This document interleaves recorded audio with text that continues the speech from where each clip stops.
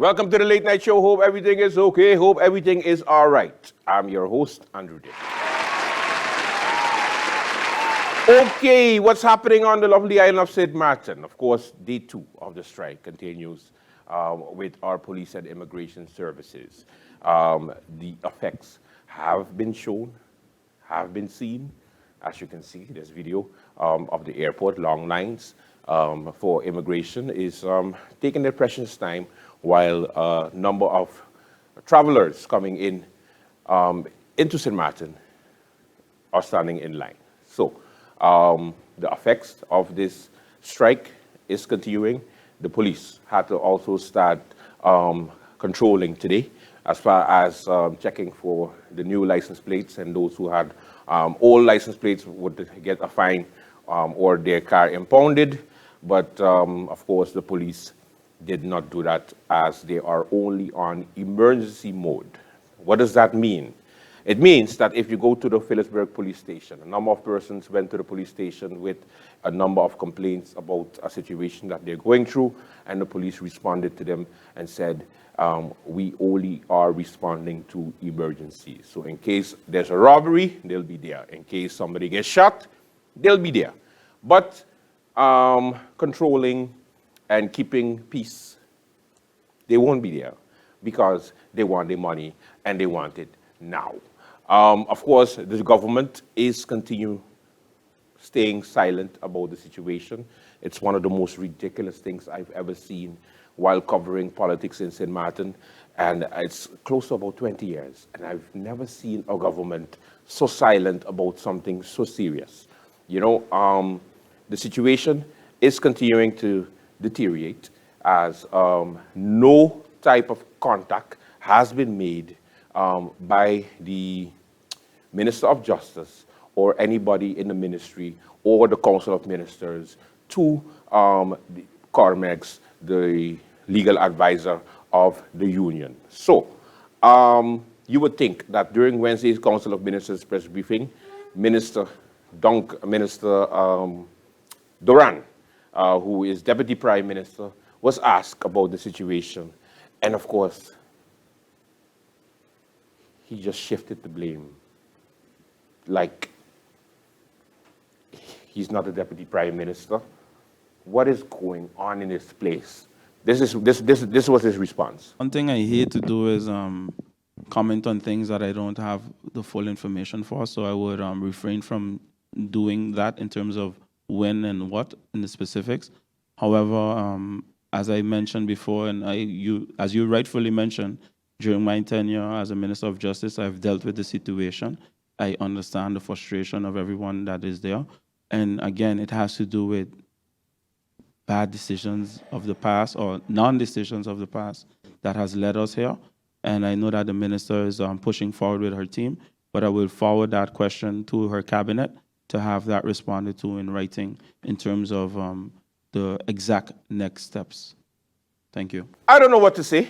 I just don't know what to say. But as you can see, the minister is basically shifting the blame back to justice, so justice is the one that has to come up with it.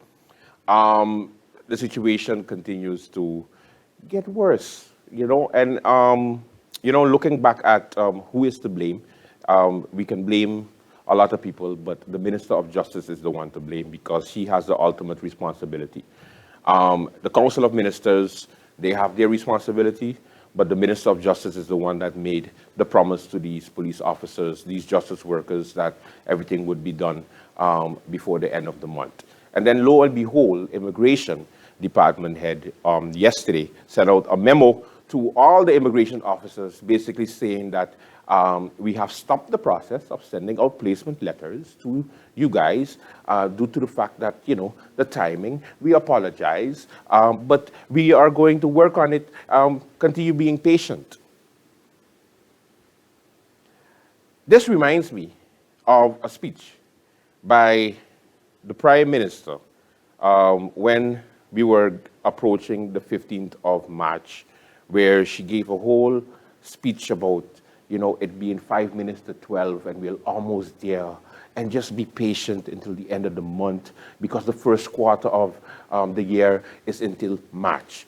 Mind you, the first quarter is supposed to finish at the beginning of March, but no, according to this government, it's at the end of March. So we decided, okay, we're going to wait until the end of March, and then the Prime Minister had this to say at that particular time. Question for the Prime Minister, since the Minister of Justice is not here.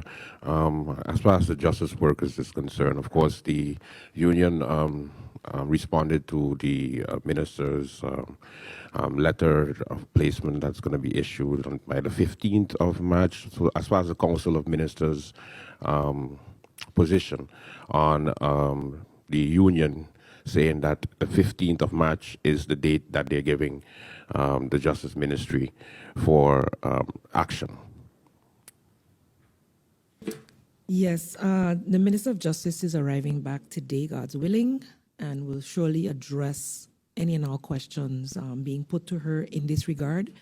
We did have a meeting with the CCSU, a consultation meeting with the CCSU, of which the NRPB is a member. They did ask some questions in that meeting where I was able to reiterate that the Justice Ministry consists of 9 departments. In an effort to ensure that all placement is done accurately, some of the other departments that maybe didn't have LBAs or MBAs, so legislated appointments, they're being asked to submit extra documentation to ensure that there's less need for appeal after the fact. So they're doing their due diligence. They're in the last phases of it. The RPS, as well as the SWAB, are doing their due diligence.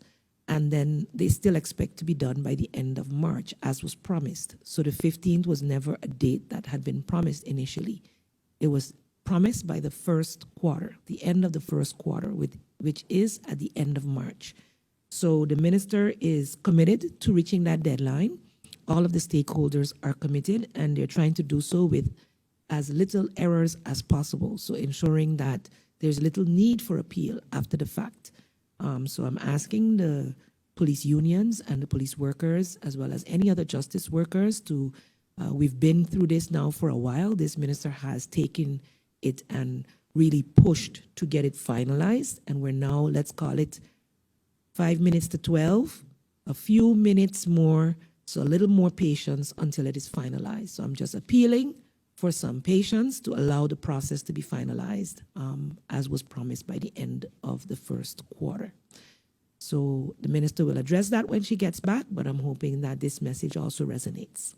Thank you. And then during the budget meeting, the Central Committee meeting, the Justice Minister was asked about the situation again, and she had to go ham, she had to go emotional and give us a whole timeline again about how she's doing it right. Let me go back to that speech so that I can remind you of the words of these liars.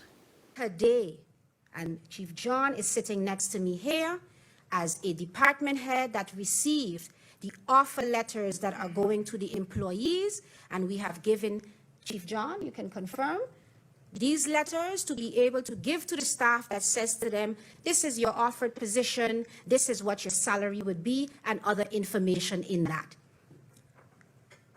MP Westcott also asked, what is the expectation of the staff? Well, of course, the staff expects to get paid, but how does this have to be done legally? And this is where, you see, when you make an advancement the way it was done in 2020, that in itself develops an expectation that that is the way it has to be done, that you just credit an account. But I'm sure we all are aware that legally speaking, an LB must go with it. And that is the point where we are right now. An advancement being given is one thing, but as minister, my understanding in the guidance is going forward, it is a matter that the LB has to be done. Hence the reason I will reiterate, when I stood in front of the building, the government building, and I made my statement, I said, I'm going to do this, and I'm going to do it the legal way, and I'm going to do it the correct way. Yes, I recognize that it is a long trajectory, but at the end of the day, what will be guaranteed to the Ministry of Justice employees is that they are secured thereafter. Yes? Good. So it is a case that with the offer letter, each employee has to write back to the minister and say, I accept. If I object and I want to appeal it, then you have to go through the appeals committee. One of the things we will not do is hold back anybody based on others saying, I am going to appeal my position. Anyone who comes forward and says, I accept my position, their LB will be prepared so we can send that to the Excellency once all of this is signed, and I would like to do it immediately so that that individual employee will receive their payment. That is the goal. Another thing is, when we speak about retroactive payment, is it the belief that the entire Ministry of Justice is entitled to retroactive? Because that's not the case. It is the police officers and some immigration officers and some members of Lancashire who are entitled to retroactive payment. So lastly, what I would say, because I get the sentiment here that I'm supposed to stop, but I feel like, the officers, everybody is keenly listening to everything here, and I do not want to walk away with misconceptions. It is a case where when we say who is going to receive these payments, it is those who have been part of KPSM, Lancashire, and the mobile or those immigration officers that are part of grensbewaking. Okay, that are entitled to that, because once upon a time they were under KPSM. Yes? So another question was, what about those, and I think it's MP Gomes that asked, what about those that have retired, that are no longer, once it is identified that they were a part of the organization within the relevant years, they get compensated and they are a part of the calculations. Right? But at the end of the day, lastly, what I want to say, and I thank you, MP Bryson, for your mention about the ways that we can look for money, but please let us not give the impression like the funds are not there to compensate when the opportunity of the signed LB has been done. That is not the impression we should be giving the officers, because I feel like that is what they would walk away. Oh, they don't have the money, that's why that's not the reason. The reason is, at the end of the day, everybody in this room has been asking about legal basis to do that. Me, Anna Elaine Richardson, I'm going to do it the correct way. So, today, you see the airport? That's the airport. You see the people there standing up? That's the airport happening today. It's going to get worse, because the longer they take, the longer the strike is going to continue. They will not stop, but communicate. Communicate. Where is the empathy of this Minister of Justice? Why isn't she reaching out to these police, these justice workers, and say, listen, I messed up. My bad. I apologize. I'm sorry. Don't tell me it was all the other Minister of Justice and she's the only Minister of Justice in history that got it so close and we almost there, and be patient and say sorry. Apologize. But no, we like to be wrong and strong. No word from the Ministry of Justice, no word from the Minister up to this day. Me, Anna Elaine Richardson, I'm going to do it the correct way. The coalition, crickets. Ain't hearing nothing from them either. I think that it's a sad day, especially for the National Alliance, because who says, guys, we need to fix the situation now? Who calls a meeting to with the National Alliance members and say, hey, let me fix this problem. This thing is getting too far. We're going to look back for elections. Let me fix this thing now. Or let me talk with them. Who's leading who? What is happening in the Council of Ministers? Is there a Council of Ministers? Because apparently traveling to DC was more important because the Prime Minister is the one that had to sign the document, not the Minister of Justice, but she had to be there for the photo op. You know that these police officers were going to go on strike, but yet you jump on a plane to leave while something so serious is happening here in St. Martin? That's why I say St. Martin is not a real place. talk to the people. That's all I got to say, Minister. Talk to the people. It's not going to stop. It's not going to go away. They're pissed off. You lied to them, like untruth. Lied. Stop lying and tell them what's happening for real. You don't have the money? Tell them we don't got the money. Come up with something else. But in the meantime, you put in carnival season at stake. Because on Saturday, the police officers have to inspect the trucks for carnival. And guess what? They ain't going. Me, Anna Elaine Richardson, I'm going to do it the correct way. Welcome to the Late Night Show. We have a good one for you. Let's begin. Fundación Raíces Dominicana presenta Noche Latina 2023. Este 27 de abril, una noche repleta de entretenimientos con la revolución urbana del momento. Flow 28. Para deleitarnos, la salsa con clase de David Cava. La sensación del momento, Ángel Diol. El bachatero número 1 de la República Dominicana, el chaval de la bachata.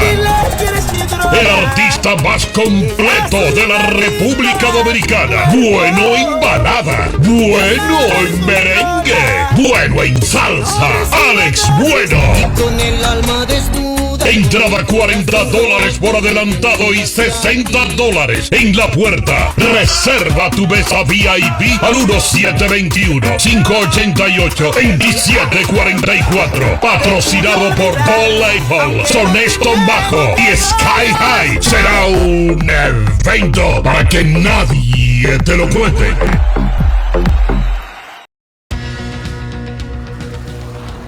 At SXM, we're taking travel and tourism to new heights.